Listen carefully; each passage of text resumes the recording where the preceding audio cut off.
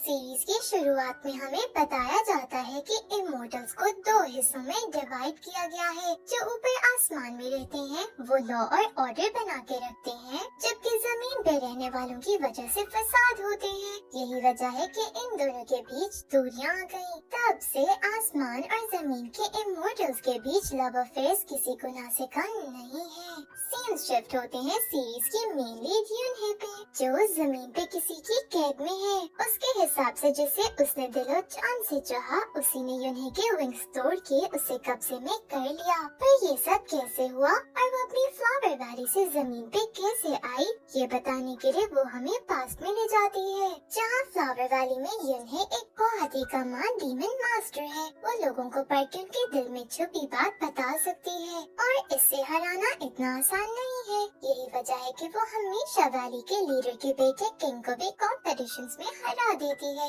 इसीलिए उसे गार्डियन बना दिया जाता है। सबके सामने तो वैली का लीडर उसे बहुत शाबाशी देता है, पर अकेले में अपने बेटे की कामयाबी के रास्ते में आने की सजा देता है। यहाँ से हमें इस वैली लीडर के अपने लोगों के साथ बुरे सलूक का पता चलता है। नेक्स्ट सीन में हमें यूनहे की बटरफ्लाई फ्रेंड लोलो को देखते हैं, जो हमेशा उसके साथ रहती है। इस वैली में हर मास्टर का एक हेल्पर होता है और ये बटरफ्लाई यूनहे की हेल्पर है। ये दोनों इस जालिम जगह से निकल के भागने की प्लानिंग करती रहती हैं। यूनहे को पता चलता है कि फेरी, जो फ्लावर वैली के मास्टर से भी ज्यादा ताकतवर है, वो एक नया कैदी लाई है, जिसे कैद से निकालने पर इन्हें पता चलता है कि वो एक मरमन है।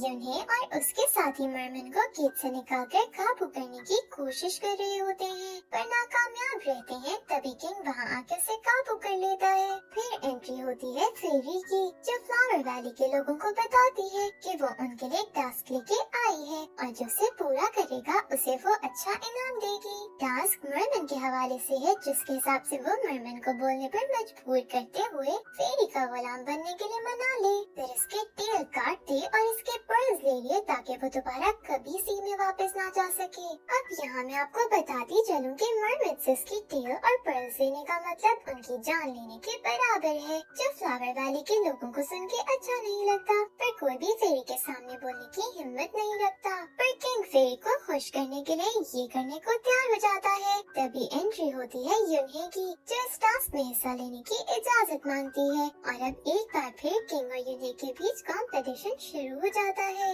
जो ये टास्क पहले पूरा करेगा उसे फेरी अच्छा रिवॉर्ड देगी। किंग जोर जबरदस्ती और टॉर्चर का रास्ता इस्तेमाल करता है, जबकि यूनहे प्यार से मरमन को ट्रेन करने की कोशिश करती है ताकि उसका दिल जीत सके। अब जाहिर है, चाहे बंदा हो या कोई और क्रीचर, प्यार की ही जुबान ज्यादा समझता है, इसलिए मरमन यूनहे की सुनते हुए अपनी शक्तियों का सही इस्तेमाल करता है और अपनी टेल में से किंग का लगाया एरो निकालने में भी कामयाब हो जाता है। उसके बाद यूनहे उसका ट्रस्ट जीतने के लिए उसका ख्याल रखना शुरू हो जाती है। किंग मरमन को यूनहे के खिलाफ करने की हर कोशिश करता है, पर यूनहे अपने साफ दिल और सच्चाई की वजह से हमेशा उसे एक हाथ आगे ही रहती है, क्योंकि असल में तो वो भी मरमन की तरह इस टॉर्चरिंग जगह से निकलना चाहती है, पर सामने से आगे ये बोलने पर उसका भी मरमन वाला हाल होगा। अगले सीन में यूनहे को पता चलता है कि किंग एक बार फिर मरमन को टॉर्चर कर रहा है, जिस पर वो फौरन उसे बचाने निकलती है, पर लोलो को किंग पे नजर रखने से पता चलता है कि असल में ये उसकी यूनहे को फंसाने की चाल है, क्योंकि इस बार मरमन को बचाने के लिए उसे मरमन को केव से निकालना होगा और बगैर परमिशन ऐसा करने पर उसे भारी सजा मिलेगी। फिर भी यूनहे सोचे समझे बगैर मरमन को बचा के अपने घर ले जाती है, जहाँ मरमन उसकी काइंडनेस देखते हुए बोल पड़ता है। किंग जब सोल्जर्स के साथ उसे अरेस्ट करने आता है, तो यूनहे के बहस करने पर किंग की हेल्पर, जो कि एक स्नेक है, यूनहे पे हमला कर देती है। उतनी देर में वैली के लीडर की हेल्पर वहाँ पहुँच जाती है, जिसे यूनहे सारी सिचुएशन बताते हुए कहती है कि उसने अपना पहला टास्क पूरा कर लिया है, क्योंकि मरमन बोलने लगा है। ये सुन के वो मरमन को यूनहे के पास ही छोड़ के चली जाती है। कोर्ट में सब सिर्फ यूनहे की बातों पे यकीन करके वो लोग सकून में नहीं आते, इसलिए कल खुद मरमन को बोलता सुनने को कहते हैं। कोर्ट से वापसी पे किंग को पता चलता है कि उसकी हेल्पर ने यूनहे को पॉइजन किया है, जिस पे वो अपनी हेल्पर पे बहुत गुस्सा होता है और उसे फौरन एंटीडोट लेके यूनहे को देने जाता है। वहाँ यूनहे की पॉइजन की वजह से हालत खराब होती देख के मरमन अपना एक स्केल निकाल के यूनहे का इलाज करता है, पर इसकी वजह से खुद बहुत कमजोरी हो जाती है। लेकिन यहाँ से इन दोनों के रिश्ते की एक नई शुरुआत होती है और मरमन यूनहे को अपना नाम चांद बताता है। यूनहे जब घर से बाहर निकलती है तो किंग उसके लिए एंटीडोट लाता है, पर वो पहले से ही ठीक थी। यहाँ हम किंग का यूनहे के लिए सॉफ्ट कॉर्नर देख सकते हैं, पर फिर वो उसे अपना दुश्मन क्यों कहता है ये तो हमें आगे पता चलेगा। अगली सुबह जब यूनहे मरमन को सबके सामने बोलने का कहने वाली होती है, तभी एक अजीब क्रीचर उन दोनों पे हमला कर देता है, जिसे दोनों मिलकर लड़ते हैं पर काबू नहीं कर पाते। तभी एंट्री होती है एक नए कैरेक्टर सैन्युए की, जो फ्लावर वैली के सोल्जर्स की लीडर है। वो उस क्रीचर को मारते हुए इस मसले को तो यहीं रोक देती है, पर मरमन को यूनहे का प्लान पता चल जाता है, जिस पे वो बोलने से इनकार कर देता है और उसे वापस केव में भेज दिया जाता है। लेकिन अब यूनहे और किंग को मरमन से मिलने के लिए टाइम दिया जाता है और इन पे सैन्युए को नजर रखने के ऑर्डर्स मिलते हैं। जब यूनहे केव में मरमन से मिलने जाती है तो उसे मरमन को केव से बगैर परमिशन निकलने के लिए सैन्युए 3 दिन के लिए मरमन से मिलने से रोक देती है। सिर्फ यही नहीं, सैन्युए समझ जाती है कि इस क्रीचर को यूनहे के घर किंग ने भेजा था, इसलिए वो किंग को भी 3 दिन मरमन से मिलने नहीं देती। पर यूनहे इतने दिन मरमन से दूर नहीं रह सकती थी, इसलिए सैन्युए पे नजर रखते हुए उसकी कोई कमजोरी ढूंढने लगती है ताकि उसका फायदा उठा के सैन्युए को अपने साथ कर सके, जो उससे मिल भी जाती है। उसे पता चलता है कि सैन्युए का अपना हेल्पर कैट लीशु के साथ लव अफेयर चल रहा है, जो कि फ्लावर वैली में किसी गुनाह से कम नहीं। और किसी को इस बारे में पता चला तो सैन्युए और लीशु जान से गए। अगले दिन यूनहे सैन्युए को उसके साथ हाथ मिलाने को कहती है, पर सैन्युए ऐसा करने के बजाय उस पे हमला कर देती है, जिस पर यूनहे केव में मरमन के पास पहुंच जाती है, जो न सिर्फ सैन्युए के सामने बोल पड़ता है पर यूनहे को प्रोटेक्ट भी करता है। फिर सैन्युए का यकीन जीतने के लिए यूनहे मरमन को किस करते हुए कहती है कि वो उसे पसंद करती है, इसलिए उसे सैन्युए का सपोर्ट चाहिए। ये देख के सैन्युए उसे किंग के आगे प्रोटेक्ट कर लेती है, जिसके बाद यूनहे सैन्युए को बताती है कि इस वैली में सबके गले पे एक फॉरेस्ट मार्क है, जिसका इस्तेमाल करते हुए यहाँ का लीडर इन सबको काबू करके रखता है। अगर कोई भी रूल्स तोड़े या उसे फॉलो ना करे तो इस मार्क की मदद से वो उसे मार भी सकता है। साथ ही साथ यूनहे उसे फॉरेस्ट माउंटेन भी दिखाती है, जहाँ उन सब लोगों की लाशें हैं जिन्होंने लीडर की नहीं सुनी। जब तक ये लोग रूल्स फॉलो करते हैं, वो इन सबको बताए बगैर एक एंटीडोट देता है, जिससे वो सब सही रहते हैं। यूनहे सैन्युए से कहती है कि उसे एक ताकतवर दोस्त की जरूरत है, जिसके साथ मिलकर वो यहाँ से भाग सके। सैन्युए यूनहे को 3 दिन का टाइम देती है, जिसमें उसे सैन्युए को ये प्रूव करना होगा कि वो मरमन से सच में प्यार करती है, जिसके बाद वो उसके साथ हाथ मिलाने को तैयार होगी। इन 3 दिनों में यूनहे न सिर्फ वापस मरमन का दिल जीत लेती है, बल्कि सैन्युए को भी अपने साथ हाथ मिलाने पे मजबूर कर लेती है। फिर जब उसे मरमन से मिलने की इजाजत मिल जाती है तो मरमन उसे बताता है कि उनकी दिल काटने से वो अपनी स्पिरिचुअल पावर खो देते हैं और उन्हें धोखेबाज समझा जाता है। इसीलिए उसके फादर ने उसे कहा था कि अपनी दिल काटने के बजाय मरमन के लिए मर जाना बेहतर है। ये सुनकर यूनहे काफी अपसेट हो जाती है। लोलो लीशु से मरमन को मदद करने को कहती है ताकि वो यूनहे का दिल जीत सके, जिस पर लीशु से अपनी और सैन्युए की लव स्टोरी सुनाता है कि कैसे जख्मी हालत में सैन्युए उसके माउंटेन पे आई थी। लीशु ने उसका ख्याल रखना और उसके लिए अपनी काइट से लड़ाई भी की। ये देखते हुए उसने सैन्युए के दिल में जगह बना ली और अपने घर से निकाले जाने के बाद वो सैन्युए के साथ यहाँ फ्लावर वैली आ गया। ऐसे ही मरमन को यूनहे को खुश करने के लिए कुछ करना चाहिए। लीशु की बातें मानते हुए मरमन यूनहे को खुश करने लगता है, जिसमें वो कामयाब भी हो जाता है और दोनों काफी क्लोज आ जाते हैं। पर इनकी नजदीकियों का किंग को पता चल जाता है, जो अगले दिन ही यूनहे के खिलाफ पंचायत लगवा लेता है। एक जादुई मिरर की मदद से ये लोग हर मास्टर और हेल्पर को टेस्ट करने का कहते हैं, जिस पर ब्लड डालते ही पता चल जाएगा कि इनके बीच प्यार है या नहीं। यूनहे और सैन्युए बहुत ही चालाकी से उस मिरर को बदल के खुद को इनोसेंट प्रूव कर देती हैं, जबकि किंग और उसकी हेल्पर के टाइम पे वो असल मिरर आगे कर देती हैं, जिस पर उनका ब्लड मिक्स हो जाता है और किंग की हेल्पर को मारने के ऑर्डर्स मिलते हैं। सजा से पहले भी बचते हुए किंग की हेल्पर यूनहे को मारने पहुंच जाती है, जो देखते हुए किंग यूनहे को प्रोटेक्ट करने के लिए अपनी हेल्पर को खुद अपने हाथों से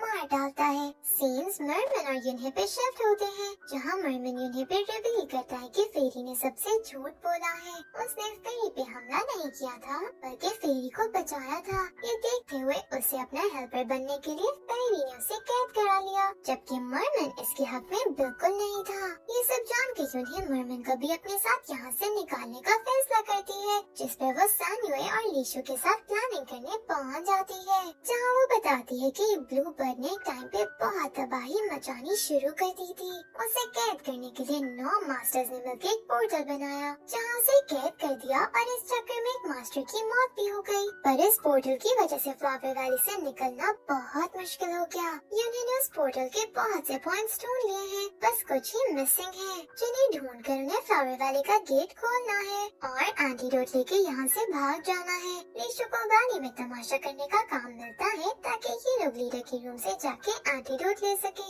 पर इससे पहले ये लोग अपने प्लान पे काम कर पाते, किंग लीशु और सान्युए के बीच रिश्ते का सच सारी वैली के सामने ले आता है, जिसके बाद वो सान्युए को मारने लगता है। तो लीशु अपनी ताकत का इस्तेमाल करते हुए उसे प्रोटेक्ट करता है, जो देख के सब हैरान रह जाते हैं कि एक मामूली सी कैट में इतनी शक्तियाँ कहाँ से आ गयी। जिसके बाद लीशु अपनी सारी ताकत लगाते हुए खुद को सैक्रिफाइस करने का कहते हुए ब्लू फेदर बर्ड को आजाद कर देता है, क्योंकि वो उसी के लिए यहाँ आया था। ये सब देख के सान्युए पूरी तरह टूट जाती है। वहाँ ब्लू बर्ड आजाद होते ही वैली में तमाशा लगा देती है, जबकि सारे मास्टर्स उससे लड़ने लग जाते हैं, जबकि यूने और लोलो एंटीडोट ढूंढ के वहाँ से निकलने की तैयारियां करने लगती है। ब्लू बर्ड बार बार निंग नामी मास्टर का पूछ रही होती है। जब उसे पता चलता है कि वो मर चुका है, तो वो मजीद गुस्से में आके फसाद करने लगती है। इसी फसाद में सान्युए को बचाने के लिए लीशु अपनी जान दे देता है और उसकी खातिर ब्लू बर्ड सान्युए को प्रोटेक्ट करने के लिए अपने साथ लेके वहाँ से उड़ जाती है।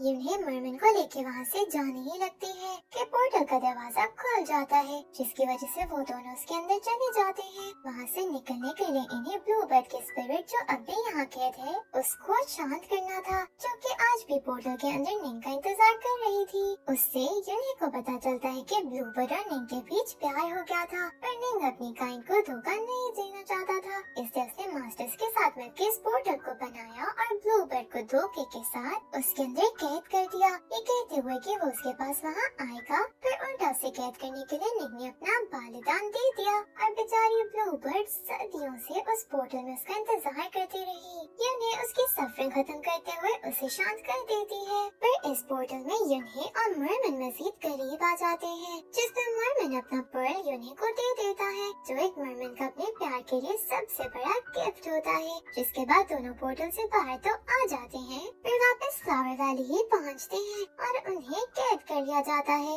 यूने एक बार फिर चालाकी दिखाते हुए बात को संभाल लेती है और कहती है कि वो तो सिर्फ मरमन को भागने से रोक रही थी, जिस चक्कर में दोनों पोर्टल में पहुंच गए। मरमन भी उसे सजा से बचाने के लिए सबके सामने बोल पड़ता है और उसकी हाँ में हाँ मिलाता है, जिस पर यूने की सजा तो खत्म हो जाती है। पर लीडर उसकी चालाकियां समझ गया था, इसीलिए उसे वापस फ्रॉस्ट पेन दे देता है। यूने घर जाके एंटीडोट लेती है, पर वो एंटीडोट नहीं बल्कि कुछ और निकलता है, जिसकी हालत मजीद खराब कर देता है। अब इस बात का फायदा उठाते हुए लीडर अपने बेटे किंग को एक मौका देता है कि वो मरमन की टेल काटने में कामयाब हो और सेकंड राउंड जीत जाए, जिसका पूरा फायदा उठाते हुए किंग मरमन को यूने की हालत दिखाता है, जो बिल्कुल मरने के करीब थी। अपने प्यार को बचाने के लिए मरमन अपनी टेल तक काट देता है और यूने को एंटीडोट मिल जाता है। पर ये मोमेंट उन दोनों के लिए ये बहुत दर्दनाक था। यूने मरमन को बताती है कि किंग पहले ऐसा नहीं था, ये सब उसकी वजह से हुआ है।